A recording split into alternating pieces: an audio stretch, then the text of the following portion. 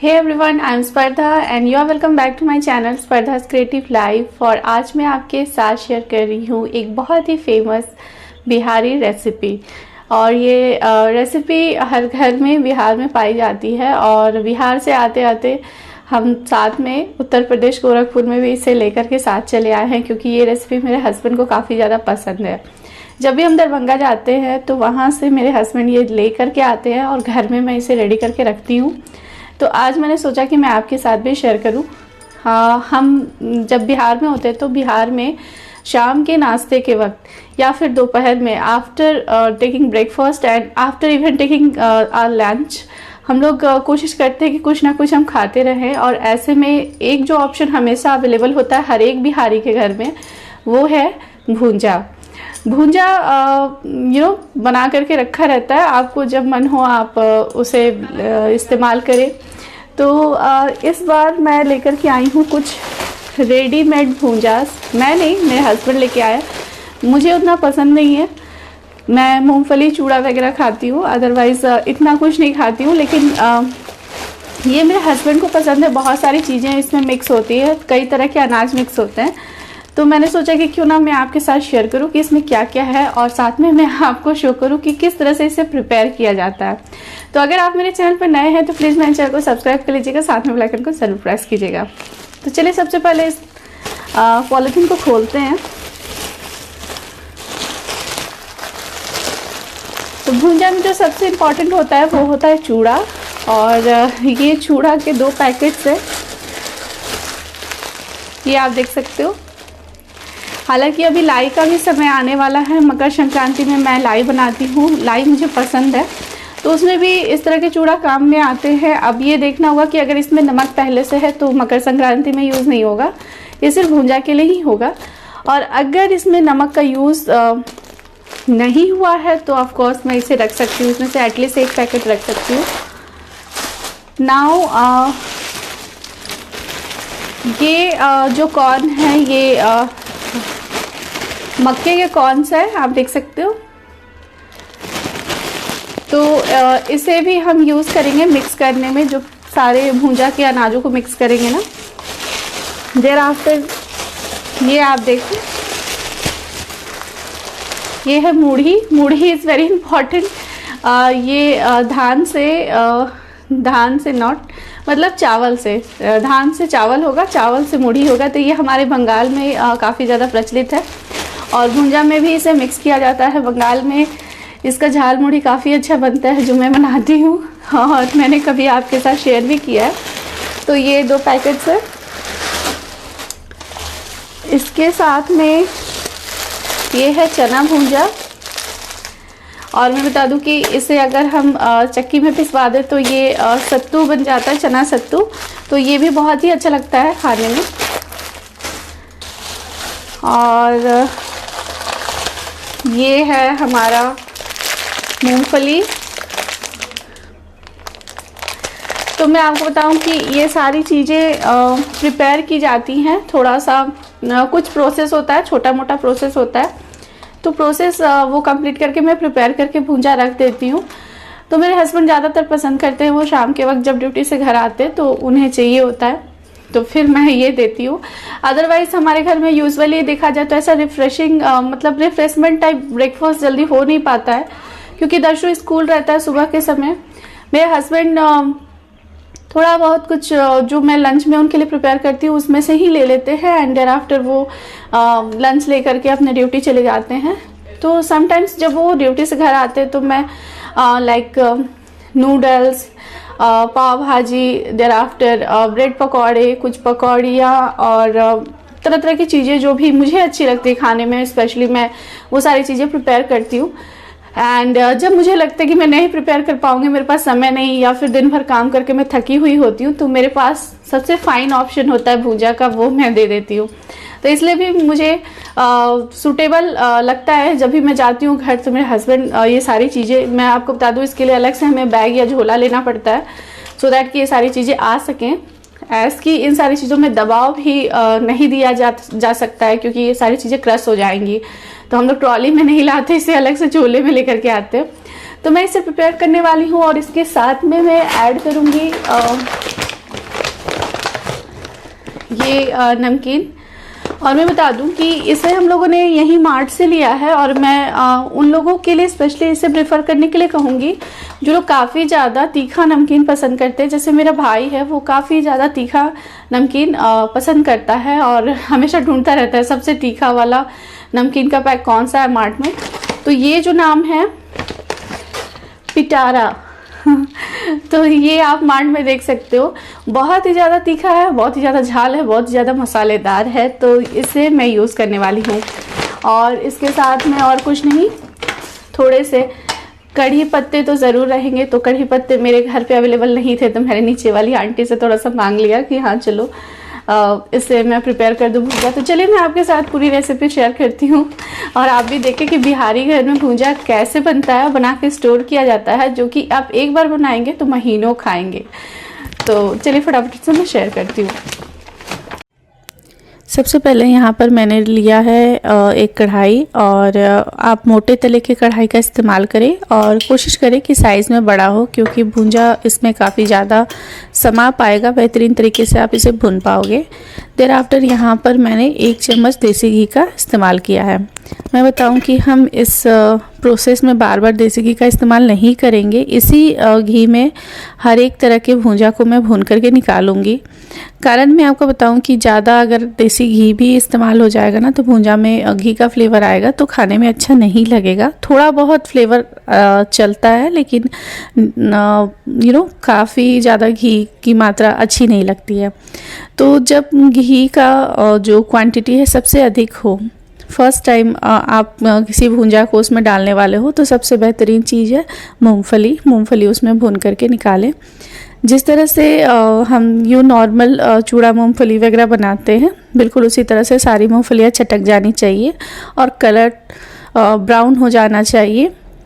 उसके बाद आप अच्छे से निकाल लें। मैं यहाँ पर स्ट्रेनर में निकाल रही हूँ, सो दैट कि जो भी एक्स्ट्रा घी इसने ऑब्जर्व किया है वो सारी चीज़ें वापस से कढ़ाई में आ जाए। ये देखिए, इस तरह से आप निकालें और कोशिश करें कि ये सारी चीज़ें सूखी हों। जिस बर्तन का भी आप इस्तेमाल करेंगे ना इस प्रोसेस में, अच्छी तरह से सूखी होनी चाहिए, इसलिए क्योंकि इससे भूंजा में नमी नहीं आएगी एंड भूंजा आप अच्छे से स्टोर कर पाओगे अधिक दिनों तक। नाउ उसके बाद मैंने यूज़ किया है कढ़ी पत्ता। तो जो थोड़ा सा घी था उसमें कढ़ी पत्ता मैंने डाला, और इसे मैं ज़्यादा अधिक समय तक नहीं भूनूंगी, बस 2 मिनट, क्योंकि इससे जो भी सुगंध निकल रही है ना, उसी सुगंध को हमें अपने भुंजा में यूज़ करना है। तो इस तरह से अगर हम ज़्यादा भून देंगे तो वो सुगंध जो है ख़त्म हो जाएगी, इसलिए थोड़ा सा मैंने जस्ट उसे रोस्ट किया है घी में, इससे अधिक नहीं करना है। और आप देख सकते हो कढ़ाई को फिर उसी तरह से मैंने खाली किया। ना यहाँ पर मैंने मक्के के जो कॉर्न्स है उसे इस्तेमाल किया है। नाव में इसे 3 से 4 मिनट तक कढ़ाई में यूं ही भूनूंगी। मैं आपको बता दूं ये सारी जो प्रोसेसिंग हो रही है ना, सब लो फ्लेम पर हो रही हैं, और लो फ्लेम पर ही आपको करनी है। ये सारे जो भुंजे ऑलरेडी भुने हुए हैं, बस थोड़ा सा मैं इन्हें रोस्ट कर रही हूँ सो दैट कि अच्छे से ये क्रंची हो जाए, थोड़ा सा स्वाद में वेरिएशन आ जाए, लाइक जो कच्चापन है वो दूर हो जाए, सब में घी की खुशबू जो है वो मिल जाए। बस यही सारी चीज़ें हैं और कुछ नहीं। तो ये मक्का का जो कॉर्न था उसे मैंने 3 मिनट तक यूं ही चलाया है कढ़ाई में, और ये अच्छी तरह से रोस्ट हो गई है। किसी भी चीज़ को आपको जलाना नहीं है, इसलिए मैंने कहा था कि मोटे तले के बर्तन का इस्तेमाल करें, ताकि जो भी आप भूंजा इसमें तल रहे हो या भून रहे हो वो जले ना। ये हो गई हमारी जो मूढ़ी थी वो, इसे मैंने काफ़ी धीरे धीरे हाथ से यूँ चलाया है, और जो मूढ़ी का दाना मैंने आपको दिखाया उससे मैंने टेस्ट किया और मुझे पता चला कि इसमें नमक नहीं है। तो मैंने सोचा कि चलो अच्छी बात है, एंड हो सकता है कि ये बालू पर भुनी गई हो, क्योंकि बालू पर भी लोग भूनते हैं ना, नमक पर भी भूनते हैं, तो इसलिए बिल्कुल भी नमकीन नहीं है, ये एकदम सिंपल है। तो इसे भी मैं 2 मिनट तक ऐसे करूँगी, अधिक मैं नहीं करूँगी, अदरवाइज़ ये जल जाएगी।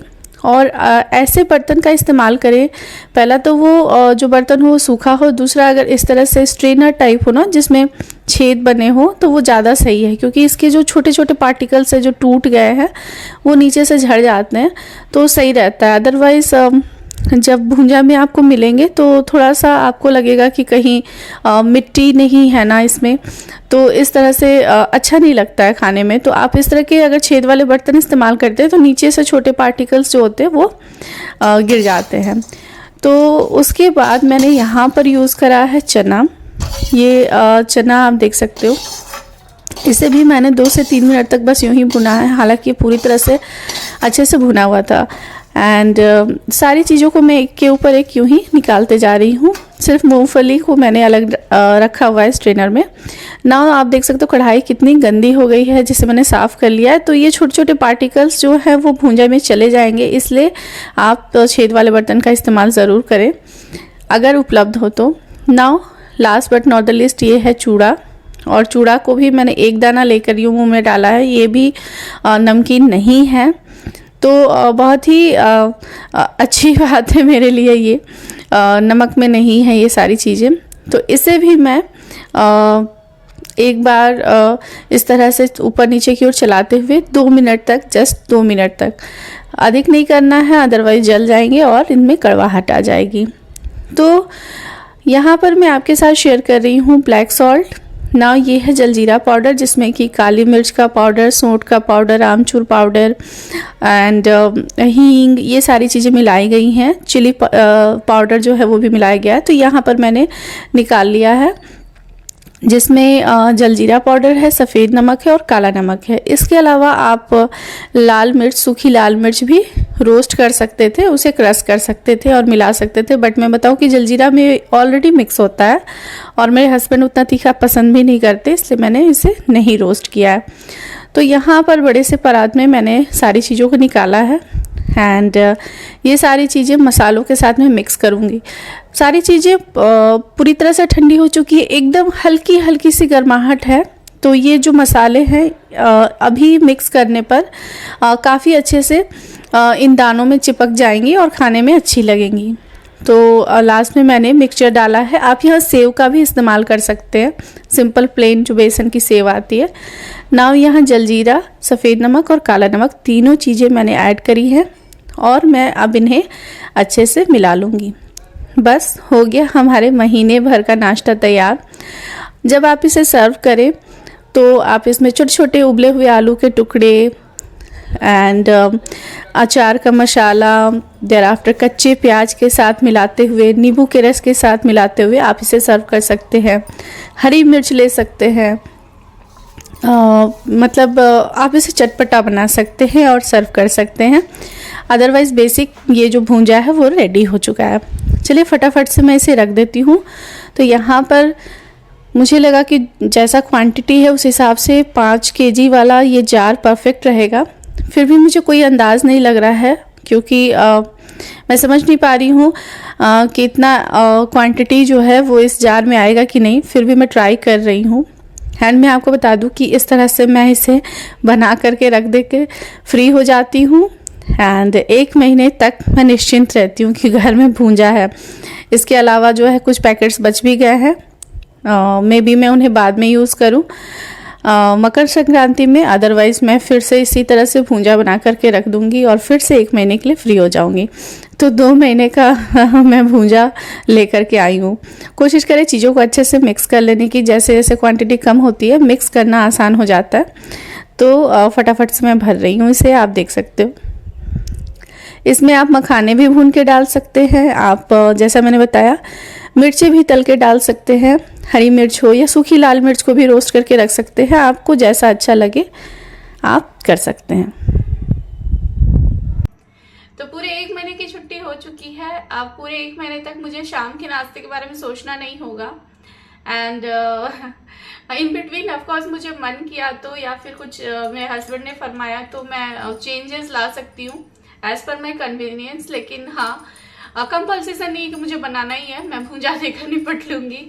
और मैंने कुछ चीज़ें भी बचा ली हैं, जैसे मैंने आपके साथ शेयर किया था जो मुढ़ी यानी कि जो मुरमुरा है उसका 1 पैकेट और चूड़े का भी 1 पैकेट मैंने बचा लिया। सबसे अच्छी बात ये है कि इसमें नमक नहीं है।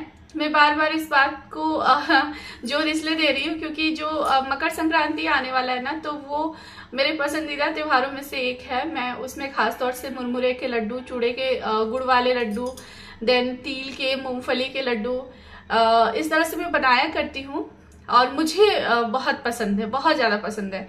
तो मैं सोच रही थी कि नमक नहीं होगा तो वो चीज़ें, वो पैकेट्स में तभी यूज़ करूँगी, क्योंकि अलग से चूड़ा प्रिपेयर करना, ये सारे जो चूड़े होते हैं ना, वो बालू पर या नमक पर भुने जाते हैं। ये मेरी नानी जी भुना करती हैं अपने, मतलब मेरे मायके की बात मैं कर रही हूँ। तो हमारे लिए थोड़ा सा वो कॉम्प्लिकेटेड हो जाएगा, क्योंकि काफ़ी ट्रेडिशनल हो जाएगा और घर के काम तो हैं ही, अदर रूटीन्स तो हैं ही। तो इस तरह से मैंने पैकेट्स बचा लिए। जब दरभंगा से यहाँ तक मैं ढो करके लाई हूँ तो कुछ तो पसंद की मेरी भी चीजें रहनी ही चाहिए इसमें, तो वो मैं मकर संक्रांति पर यूज करूंगी। तो आई होप कि आपको आज का वीडियो अच्छा लगा। मिलते हैं हमारे नेक्स्ट वीडियो में, तब तक के लिए बाय बाय।